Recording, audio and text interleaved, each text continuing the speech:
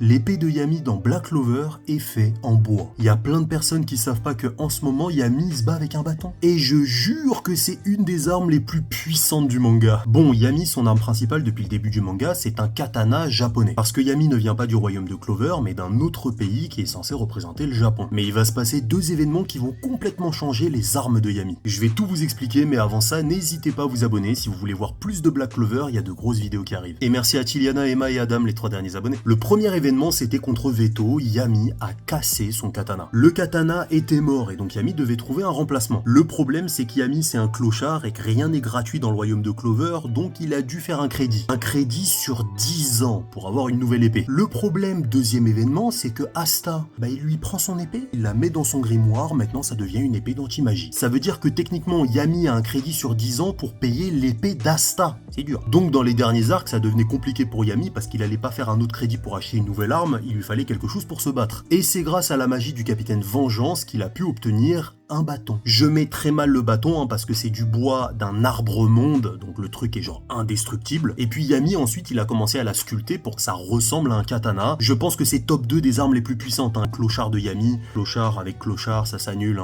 Black Clochard.